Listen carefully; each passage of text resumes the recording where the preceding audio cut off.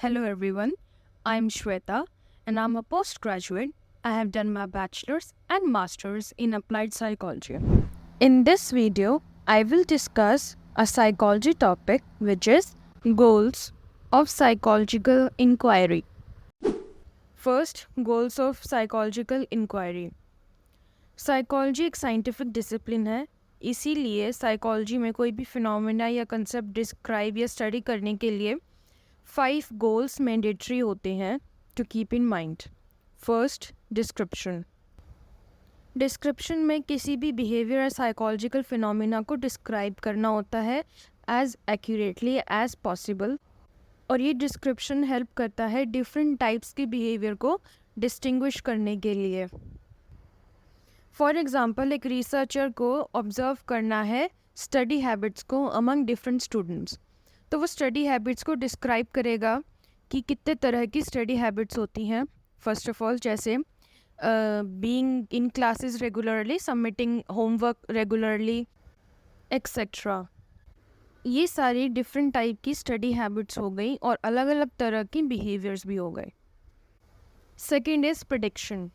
Prediction यानी अंदाज़ा लगाना कि कोई भी बिहेवियर अगर अकर हो रहा है तो फ्यूचर में किस किस सिचुएशन में ये बिहेवियर अकर होने के चांसेस होते हैं. फॉर एग्ज़ाम्पल, जिस रिसर्चर ने ऑब्ज़र्व किया different types of study behaviour, तो उसने अंदाज़ा लगा लिया कि जो बच्चा रेगुलरली क्लास में आ रहा है और होमवर्क भी टाइम पे कर रहा है, तो वो स्टूडेंट एग्ज़ाम में भी अच्छे स्कोर करेगा. Third is explanation. एक्सप्लेनेशन में जिस बिहेवियर को आपने डिस्क्राइब किया है उस बिहेवियर के कॉजेज़ जानना है कि वो बिहेवियर क्यों अकर हो रहा है, उसके पीछे का कारण क्या है.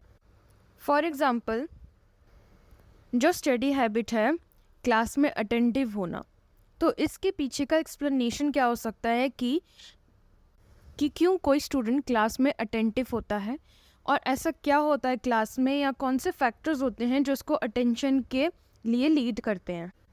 बेसिकली जो बिहेवियर का हमने पता लगाया है उन बिहेवियर का पीछे के कारण क्या है जिस वजह से वो बिहेवियर कॉज हो रहा है या लीड हो रहा है. Fourth is control. जब हम किसी भी बिहेवियर को एक्सप्लेन कर देते हैं कि इस बिहेवियर के कॉजिंग फैक्टर्स क्या है, कि किस फैक्टर्स की वजह से ये बिहेवियर हो रहा है, तो तब हम उन फैक्टर्स को कंट्रोल कर सकते हैं. कंट्रोल का मीनिंग होता है किसी बिहेवियर को होने देना या फिर रिड्यूस करना या फिर उसे इन्हांस करना. फॉर एग्ज़ाम्पल, साइकोलॉजिकल ट्रीटमेंट में किसी पेशेंट का अनवांटेड बिहेवियर को कंट्रोल करना या रिड्यूस करना. Fifth is application.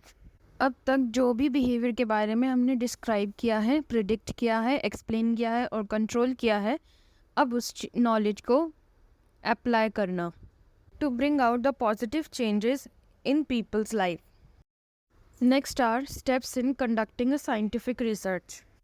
कोई भी साइंटिफिक रिसर्च ऑब्जेक्टिव होनी चाहिए, सिस्टमैटिक होनी चाहिए और टेस्टेबल होनी चाहिए. ऑब्जेक्टिव का मतलब होता है कि कोई भी रिसर्च बेस्ड होनी चाहिए ऑन ऑब्जर्वेबल डेटा, जो डेटा मौजूद हो और जो प्रूफ कर सके. सिस्टमैटिक का मतलब होता है कोई भी रिसर्च एक सिस्टम या फिर स्टेप के बेसिस पे होनी चाहिए. टेस्टेबल का मतलब होता है कि जो रिसर्च की है वो मेजरेबल हो सके, चाहे कोई एक इन्वेस्टिगेटर या 3-4 इन्वेस्टिगेटर, कितने भी इन्वेस्टिगेटर उस रिसर्च को टेस्ट करें तो उनका सेम आंसर या नतीजा निकले.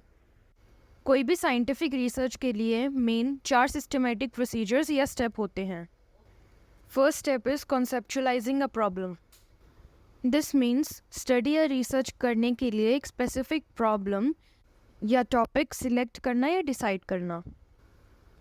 Topic decide करने के बाद एक hypothesis बनाना या tentative statement banana about the problem.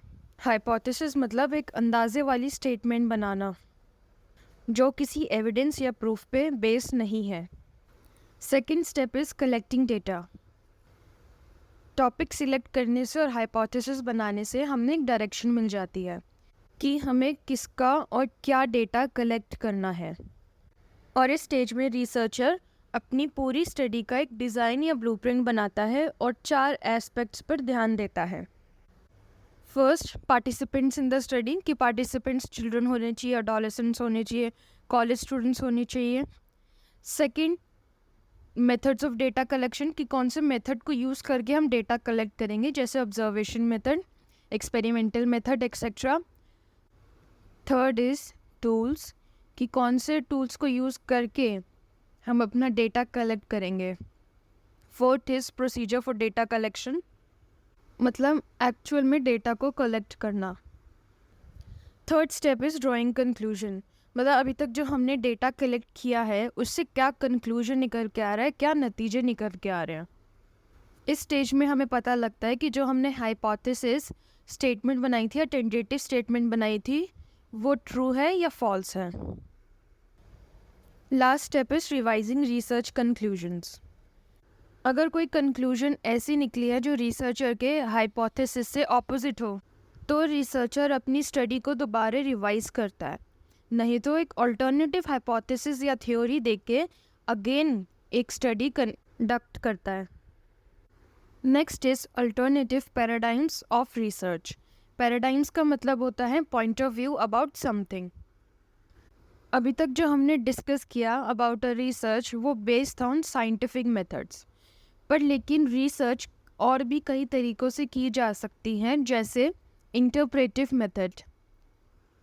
इस मेथड में एक्सप्लेनेशंस बेस्ड होते हैं on interpretation of human nature. इसमें फोकस किया जाता है किसी भी ह्यूमन बीइंग की सब्जेक्टिव इंटरप्रिटेशन पे, कि कैसे कोई इंसान अपने एक्सपीरियंसेस को या अपने इमोशंस को डिस्क्राइब करता है। इस डिस्क्रिप्शन के बेसिस पे यानी सब्जेक्टिव डिस्क्रिप्शन के बेसिस पे रिसर्च की जाती है। Thank you. For any queries you can mail me on this email ID. For more information, follow me on Instagram and Facebook. Links are given in the description box below. Subscribe to my channel and don't forget to like, share and comment. Bye bye.